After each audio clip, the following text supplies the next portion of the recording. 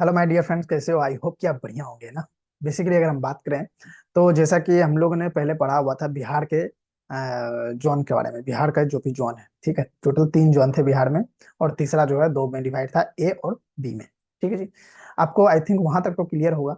अगर पहली बार हमारे चैनल पे आए हैं तो जो भी अगर पिछला वीडियो नहीं देखे थे वो जा करके एक बार देख लें, ठीक है। चलिए, बिना देरी के हम लोग स्टार्ट करते हैं और स्क्रीन शेयर करते हैं, ठीक है जी। आई होप कि आपको चीजें अब समझ में आएगी। फ्री माइंड से आप लोग बैठ जाइए। ठीक है, स्टार्ट। आई होप कि आपको स्क्रीन शो हो रहा होगा, ठीक है जी।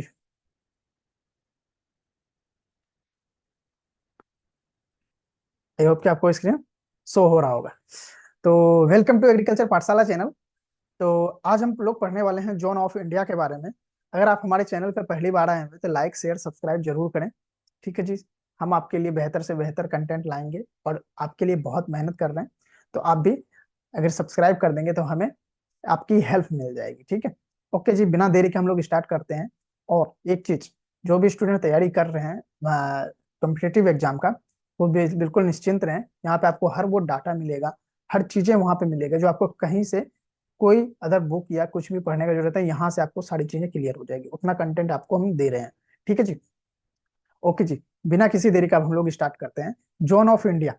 देखिए, हम लोग जो अब कल तो बिहार के बारे में पढ़े थे, आज हम जोन पढ़ने वाले हैं इंडिया के बारे में, ठीक है जी। इंडिया में टोटल कितने जोन है? जैसे प्लानिंग कमीशन के अनुसार टोटल 15 जोन थे, ठीक है। टोटल कितने जोन थे? 15 जोन थे, ठीक है। अब प्लानिंग कमीशन का नाम चेंज करके अब क्या कर दिया गया? नीति आयोग कर दिया गया, जो कि मैंने आपको पहले ही पढ़ा रखा है सब चीज। ठीक है। वो चीज आप लोग जो नहीं देखे हैं वो जा करके देख लें। ठीक है।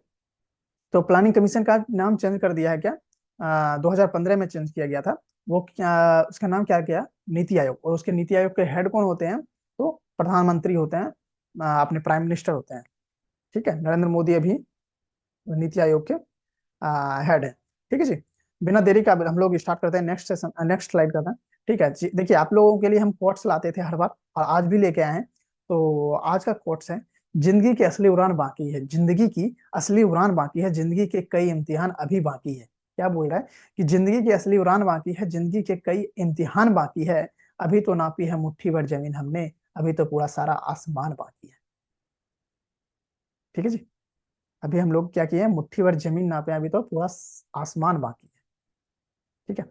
तो देखिए, बिना देरी के हम लोग स्टार्ट कर रहे हैं। देखिए, अब सबसे पहले आपको हम पहले ही बता दिए थे आपको कि आपको इंडिया का मैप थोड़ा देखना होगा, या तो माइंड में छपना चाहिए आपका इंडिया का मैप। जैसे आपको बोला जाएगा कि जम्मू कश्मीर कहाँ है, तो आपको तुरंत पता चलना चाहिए वो ऊपर वाले क्षेत्र में है, जम्मू और कश्मीर। ऊपर वाला क्षेत्र बोले तो नॉर्थ साइड। ठीक है। और ईस्ट में देखा जाए तो 7 सिस्टर हमारे आते हैं। ईस्ट में असम, मणिपुर, मेघालय, है ना, ये सब आते हैं।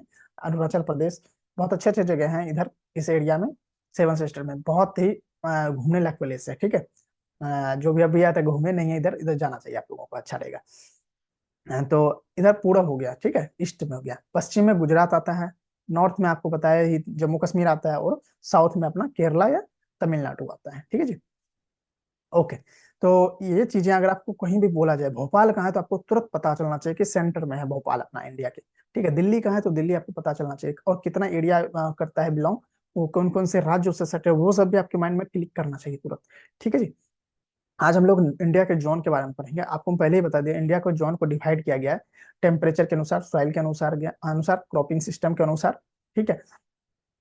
और टेम्परेचर के अनुसार, है ना, मिट्टी के अनुसार क्या मिट्टी है, वो सारी चीजों के बाद आपको फैक्टर, 5 फैक्टर हम बताए थे आप लोगों को। वो 5 फैक्टर आई थिंक आप लोगों के ने पढ़ा होगा, नोट डाउन भी किया होगा, आपको चीजें समझ में आ रही है। ठीक है। तो अब नेक्स्ट बढ़ते हैं। सबसे पहला जो आता है हमारा, आई थिंक आपको ये शो नहीं हो रहा होगा, इसके लिए माफी है। बस इसी साइड में दिक्कत होगा और कहीं दिक्कत नहीं होगा। देखिए, वेस्टर्न हिमालय रीजन हम बोल देते हैं आपको, आप लिख लीजिएगा वेस्टर्न हिमालय रीजन। ठीक है। आज हम लोग का पहला जो होता है वेस्टर्न हिमालय रीजन होता है। जम्मू, इसमें कौन कौन से आते हैं? जम्मू एंड कश्मीर, लद्दाख और उत्तराखंड के कुछ क्षेत्र आते हैं, ठीक है जी। रेनफॉल इसका कितना हो जाता है? 700 से 1150 mm। ठीक है। लद्दाख 300 mm। यहाँ पे लद्दाख में जो बारिश होता है 300 mm का ही बारिश होता है। ठीक है, पर ईयर। ये सब जितने भी लिखा हुआ है पर ईयर का लिखा हुआ है, ठीक है, एक दिन का नहीं, पर ईयर। रेनफॉल टोटल कितना है? 700 से 1150, लेकिन लद्दाख में जो है 300 mm ही बारिश होती है। क्योंकि पहाड़ी क्षेत्र हो जाता है ना, तो बादल जो है इस पहाड़ के इस पार ही रहते हैं, लद्दाख के इस पार ही। और हिमालय पहाड़ के उस पार जो है ना, थोड़ा सा वहां पे आपको बादल उस पार नहीं जा पाते हैं, तो उधर थोड़ा थोड़ा हल्का हल्का बारिश हो पाता है। ठीक है, देखेंगे आप, देखे भी होंगे कि एक भी पेड़ पौधा नहीं, ऑक्सीजन की कमी हो जाती है लद्दाख सब। ठीक है, समर यही रीजन है, बीच में वो आ जाता है, हिमालय पर्वत आ जाता है। समर में देखिए इसका टेम्परेचर कितना रहता है इस एरिया में, 5 से 30 डिग्री सेल्सियस समर में रहता है, और विंटर में 0 से 4 डिग्री चले जाता है विंटर के लिए। तभी यहाँ पे देखेंगे आप, विंटर में और भी माइनस में भी चले जाता है, तो आप देखेंगे कि रेनफॉल वहाँ पे वो स्नोफॉल होता है। टेम्परेट फ्रूट इधर ग्रो किया जाता है। अगर फसलें की बात करें तो टेम्परेट फ्रूट ग्रो किया जाता है, पैडी ग्रो किया जाता है, मेज ग्रो किया जाता है, पोटैटो आलू आलू ग्रो किया जाता है इस एरिया में। टेम्परेट फ्रूट मतलब सेब हो गया इधर, अखरोट हो गया है ना, ड्राई फ्रूट्स वगैरह सब। लेकिन काजू इधर नहीं होता है, आपको पता होना चाहिए। काजू अपने महाराष्ट्र साइड में होता है और केरला साइड में होता है काजू वगैरह सब। ठीक है, बाद बाकी जो भी है किशमिश वगैरह सब, ये सब टेम्परेट फ्रूट में आता है। ठीक है, वाटर हार्वेस्टिंग जैसी तकनीक का उपयोग सिंचाई प्रबंधन में करते हैं यहाँ के लोग। किसके वाटर हार्वेस्टिंग, वाटर हार्वेस्टिंग आप लोगों को पता होगा, नहीं होगा तो हम आगे आपको पढ़ाएंगे, फिलहाल अभी ये बता देते हैं वाटर हार्वेस्टिंग क्या हो जाता है। वाटर हार्वेस्टिंग वो होता है जो, हम कोई बारिश का पानी आ रहा है, ठीक है, रेनफॉल हो रहा है, वर्षा हो रही है, और हम लोग क्या किए, एक प्लास्टिक में पन्नी बिछा देते हैं और उसको कलेक्ट करते हैं, या फिर हम किसी भी गड्ढा में उसे कलेक्ट करते हैं वर्षा का पानी को।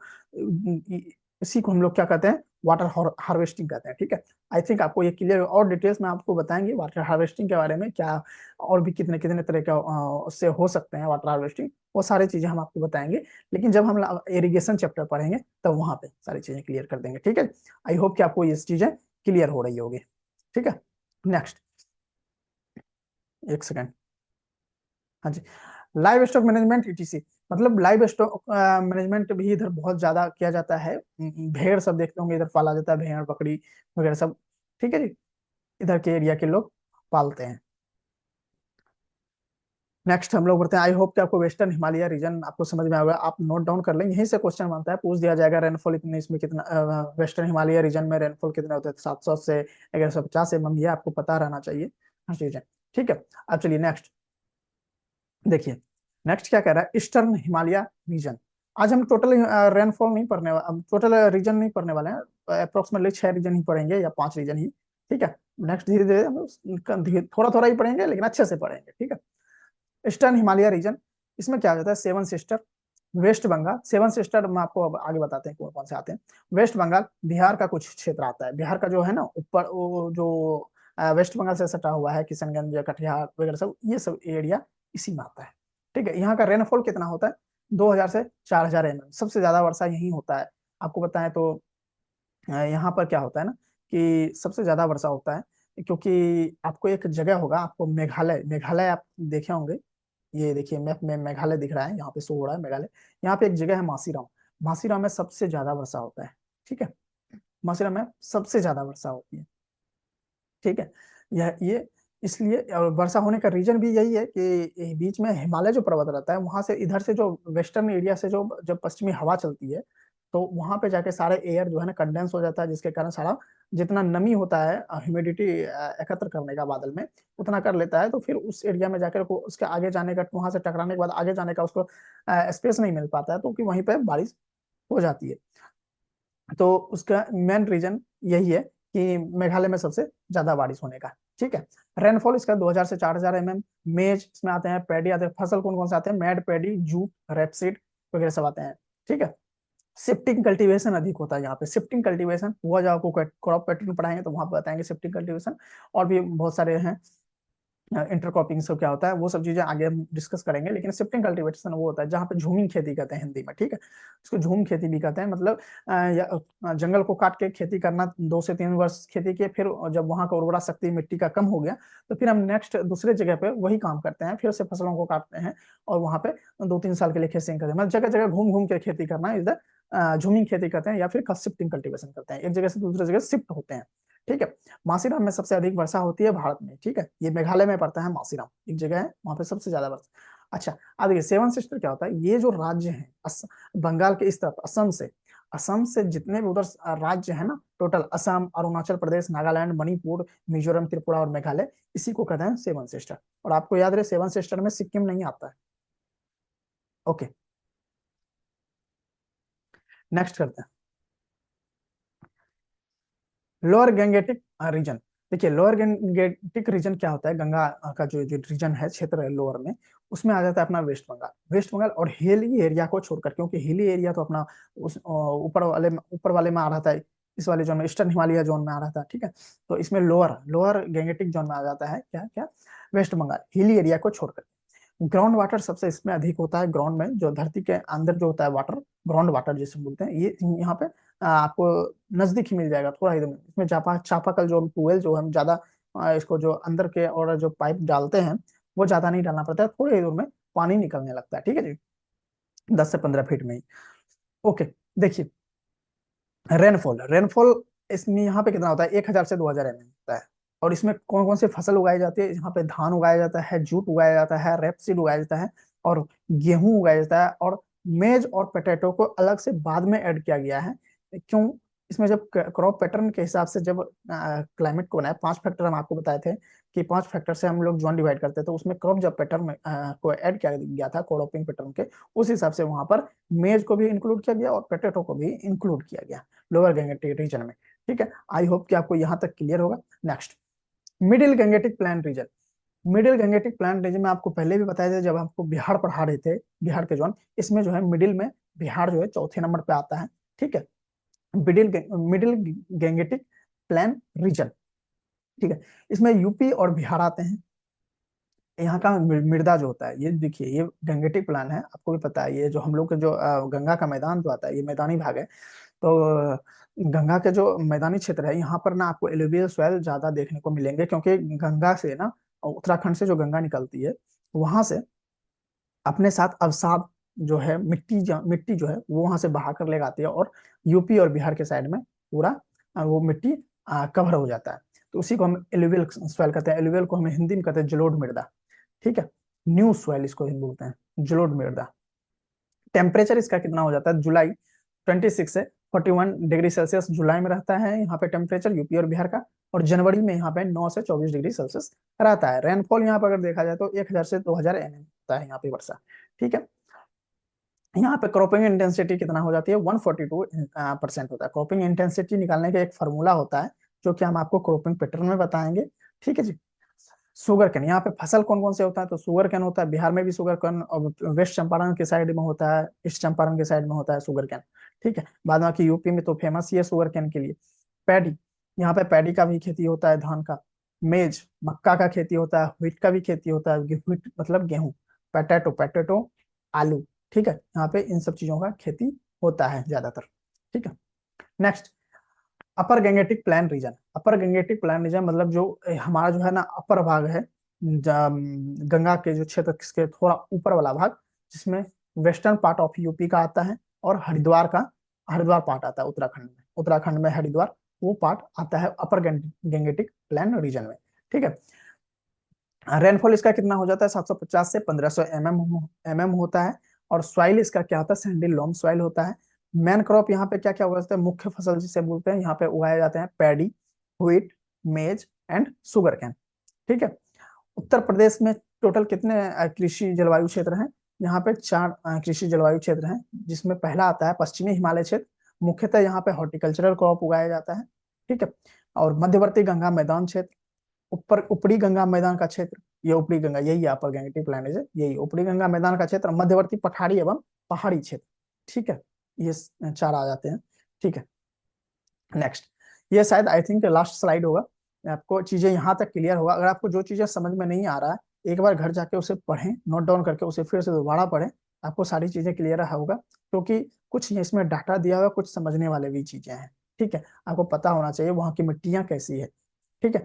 तो आपको जो भी समझ में अगर नहीं आए तो वो आप कमेंट कर सकते हैं, आपको चीजें समझाया जाएगा, क्लियर किया जाएगा उस पर, कोई भी शॉर्ट वीडियो बना करके, या तो होगा तो उस पर एक पूरा वीडियो ही बना देंगे। ट्रांस गंगा प्लान रीजन, ये 6 नंबर पे आता है, trans Ganga plain region. Trans मतलब क्या होता है ना, इसमें क्या होता है कि एक जगह जो है गंगा मैदानी के उस तरफ के जो क्षेत्र होते हैं उसी को कहते हैं ट्रांस। गंगा मैदान को जो उस तरफ है क्षेत्र, जैसे पंजाब हो गया, हरियाणा हो गया, चंडीगढ़ हो गया, दिल्ली हो गया, और सब कुछ राजस्थान का पार्ट होता है, ठीक है, इसमें गंगा मैदान के उस तरफ के क्षेत्र। हाँ, और रेनफॉल 650 से 1250 mm होता है इसके यहाँ पे। सतलज यमुना, सतलज और यमुना मैदान भी कहते हैं इसको। सीपेज की समस्या सबसे अधिक होता है यहाँ पे। सीपेज सीपेज जब इरिगेशन चैप्टर पढ़ाएंगे तो वहां बताएंगे सीपेज क्या होता है। फिलहाल इतना है कि सीपेज में क्या होता है ना, पानी का रिसाव। जब आप किसी फील्ड में पानी देते हैं तो अब जरूरी तो नहीं है कि पानी वहीं पर सिर्फ रहेगा, है ना, उसमें रिस रिस के किसी और के भी फील्ड में चले जाता है पानी, उसी को कहते हैं सीपेज। लवणीय एवं क्षारीय मृदा होता है यहाँ पे। लवणीय बोले तो इंग्लिश में उसको बोलते हैं साल्ट, साल्टी बोलते हैं। तो साल्ट, साल्ट इसमें ज्यादा होता है, और क्षारीय, क्षारीय मतलब बेसिक, बेसिक मृदा होता है। वाटर लॉगिंग अधिक होता है यहाँ पे। वाटर लॉगिंग की समस्याएं हैं यहाँ पे। यहाँ वाटर लॉगिंग मतलब पानी का जम जाना क्रॉप में। यहाँ की मिट्टी जलोढ़ है, जो अत्यधिक उत्पादित है। जलोढ़ वही एलुवियल सॉइल है यहाँ पे, जो अधिक उत्पादन देता है। बिहार में भी एलुवियल है, तो यहाँ पे भी प्रोडक्शन अच्छा होता है, मक्का का, गेहूं का, धान का, तिलहन का, ये सब बिहार में। बाद में कि इधर इस एरिया में ज्यादातर उगाया जाता है कौन कौन फसल, तो गन्ना उगाया जाता है, कपास उगाया जाता है, धान, चना, मक्का, बाजरा, दालें और तिलहन जैसे क्रॉप उगाए जाते हैं। आई होप कि आपको यहाँ तक समझ में आया होगा। ठीक है जी। अब हम लोग आगे जो है कल से पढ़ेंगे नेक्स्ट छठा जो रीजन होगा उसको पढ़ेंगे। टोटल 15 है, 15 को खत्म करने के बाद हम लोग स्टार्ट करेंगे होगा तो क्रॉपिंग इंटेंसिटी, क्रॉपिंग जो पैटर्न है वो स्टार्ट कर देंगे, नहीं तो फिर टिलेज स्टार्ट कर देंगे। ठीक है, थोड़ा सा उसको भी देखना जरूरी है कि मिट्टी को पहले तैयार करेंगे, फिर क्रॉपिंग सिस्टम अगर स्टार्ट करते हैं तो बेहतर लगेगा। ठीक है, तो पहले कोशिश करेंगे टिलेज ही पढ़ लेने का। ठीक है, बहुत ही बेहतरीन चैप्टर है टिलेज भी, वो चीजें क्लियर करेंगे, लेकिन पहले इसको खत्म कर लेते हैं 15 के 15 पढ़ने के बाद। ठीक है, आई होप कि आपको यहाँ तक समझ में आएगा। अगर कोई दिक्कत है, कोई डाउट है तो आप वो हमें पूछ सकते हैं। ओके, तो हम लोग विदा लेते हैं। पढ़ते रहिए, मस्त रहिए और स्वस्थ रहिए। ठीक है जी। और अगर हमारे चैनल पे पहली बार आए हैं तो लाइक शेयर सब्सक्राइब जरूर कीजिएगा।